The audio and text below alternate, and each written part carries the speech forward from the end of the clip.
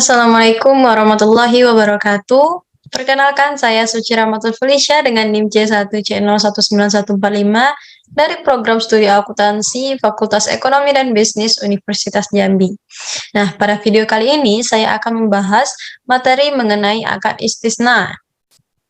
Oleh karena itu, marilah kita sama-sama bahas materi dari pembahasan yang pertama, yakninya adalah pengertian. Pengertian dari akad istisna. Akad istisna ini merupakan akad jual beli dalam bentuk pemesanan pembuatan barang tertentu dengan kriteria dan persyaratan tertentu yang telah disepakati antara pemesan dan penjual. Sania akan menyiapkan barang yang dipesan sesuai dengan spesifikasi yang telah disepakati di masa ia dapat menyiapkan sendiri atau melalui pihak lain. Nah, dalam PSAK 104/48 dijelaskan bahwa barang pemesanan harus memenuhi kriterianya sebagai berikut. Yang pertama, memerlukan proses pembuatan setelah akadnya disepakati. Yang kedua, sesuai dengan spesifikasi pemesanan atau customized, bukan produk massal. Dan yang ketiga, harus diketahui karakteristiknya secara umum yang meliputi jenis seperti spesifikasi teknis, kualitas, dan kuantitasnya. Kemudian, kita akan bahas mengenai jenis akad istisna. Itu ada yang pertama, istisna adalah akad jual beli dalam bentuk pemesanan pembuatan barang tertentu dengan kriteria dan persyaratan tertentu yang disepakati antara pemesan dan penjual. Kemudian istisna paralel adalah suatu bentuk akad istisna antara penjual dan pemesan di mana untuk memenuhi kewajibannya kepada pemesan, penjual melakukan akad istisna dengan pihak lain yang dapat memenuhi aset yang dipesan pemesannya.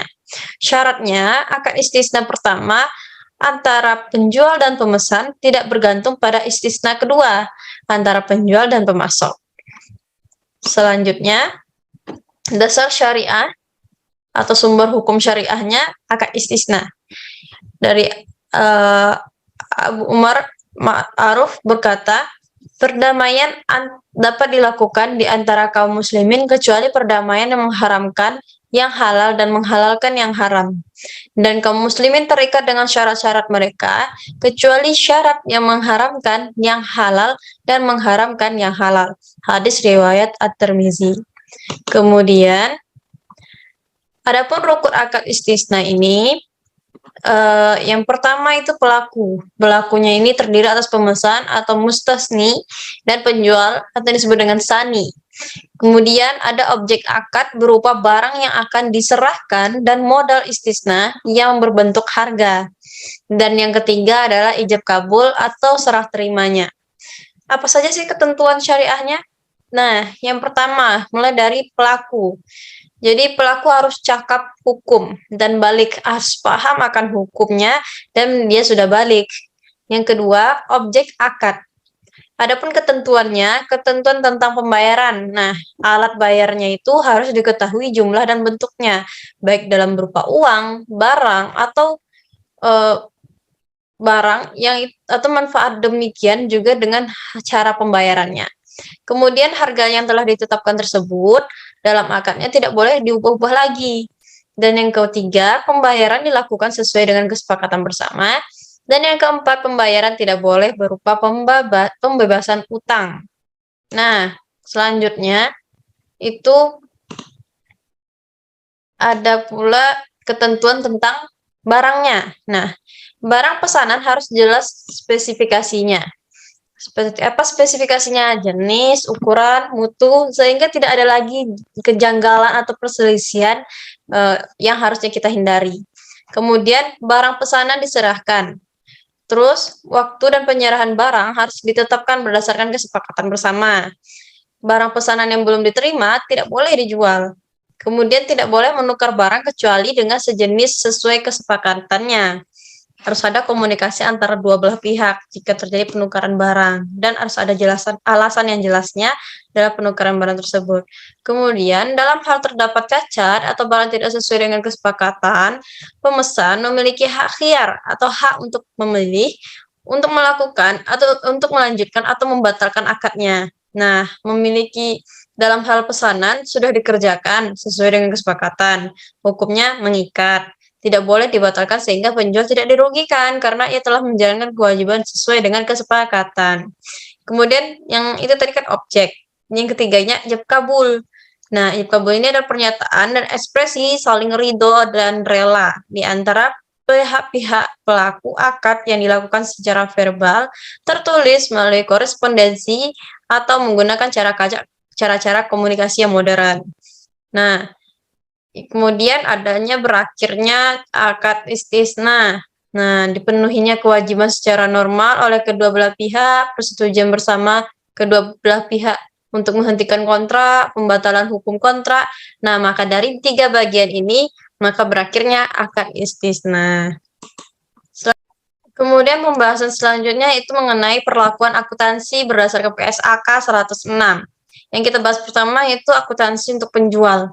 Yang pertama, biaya perolehan istisnanya itu terdiri dari biaya langsung, biaya tidak langsung, dan khususnya untuk istisna paralel. Nah, biaya langsungnya itu bahan baku dan tenaga kerja langsung untuk membuat barang pesanan atau tagihan produsen atau kontraktor pada entitas untuk istisna paralel. Kemudian yang B-nya biaya tidak langsung, yaitu biaya overhead, termasuk biaya akad dan pra-akadnya. Kemudian khususnya untuk istisna paralel, yaitu seluruh biaya akibat produsen atau kontraktor tidak dapat memenuhi kewajiban yang ada. Nah, jika pembeli melakukan pembayaran sebelum tanggal jatuh tempo dan penjual memberikan potongan, maka potongan tersebut sebagai pengurangan pendapatan istisna. Nah, yang ketiga, pengakuan pendapatan dapat diakui dengan 2 metode. Apa saja itu? Yang pertama, metode persentase penyelesaian, yaitu sistem pengakuan pendapatan yang dilakukan seiring dengan proses penyelesaian berdasarkan akad istisna. Yang kedua, metode akad selesai adalah sistem pengakuan pendapatan yang dilakukan ketika proses penyelesaian pekerjaan telah dilakukan. Kemudian, untuk metode persentase penyelesaian, pengakuan pendapatan dilakukan sejumlah bagian nilai akad yang sebanding dengan pekerjaan yang telah diselesaikan tersebut diakui sebagai pendapatan istisna pada periode yang bersangkutan.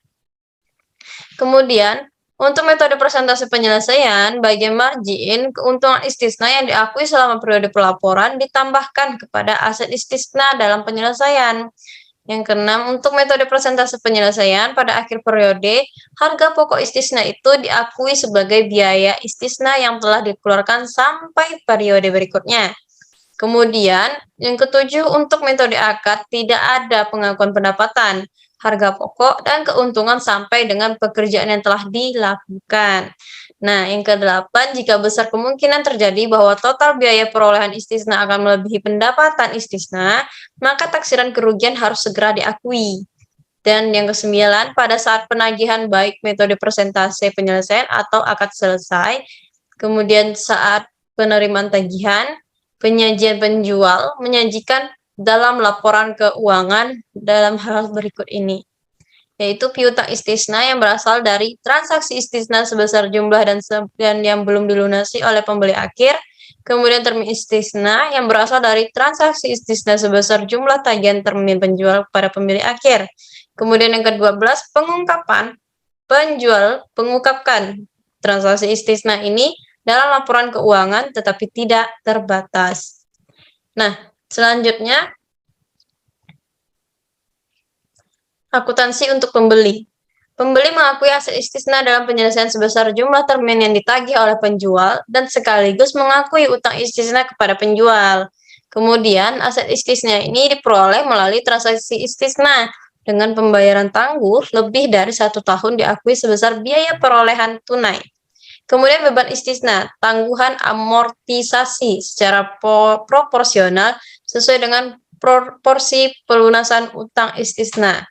Jika barang pesanan terlambat diserahkan karena kelalaian atau kesalahan dari si penjual dan mengakibatkan kerugian pembeli, maka kerugian tersebut dikurangkan dari garasi penyelesaian proyek yang telah diserahkan penjual.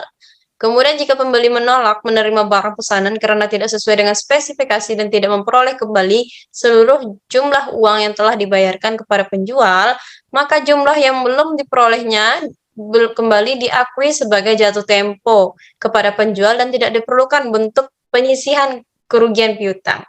Kemudian, jika pembeli menerima barang pesanan yang tidak sesuai dengan spesifikasinya, maka barang pesanan tersebut diukur dengan nilai yang lebih rendah antara nilai wajar dan biaya perolehan. Kemudian, penyajian. Pembeli menyajikan dalam laporan keuangan hal-hal berikut ini. Pertama, itu utang istisna, sebesar tagihan dari produsen atau kontraktor yang belum dilunasi. Kemudian, aset istisna dalam penyelesaian. Dan yang kedelapan, mengungkapkan transaksi istisna dalam laporan keuangan, tetapi tidak terbatas. Nah, yang terakhir itu ada ilustrasi kasus akad istisna. Pada dasarnya, akad istisna ini adalah kegiatan pemesanan suatu produk kepada produsen produk tersebut. Kalau didengar sekilas, mungkin kita akan membayangkan istisna berlaku untuk barang kerajinan saja. Namun sebenarnya banyak juga transaksi akad istisna yang ada tanpa disadari. Misalnya yang pertama, rumah. Rumah apabila dipesan sesuai dengan keinginan Anda termasuk dalam akad istisna. Misalnya, ingin rumah dengan 3 kamar, desainnya minimalis, dan ada kolam renangnya. Untuk memenuhi keinginan ini, Anda bisa memesan rumah KPR yang di perbankan syariah yang menyediakan fasilitas tersebut.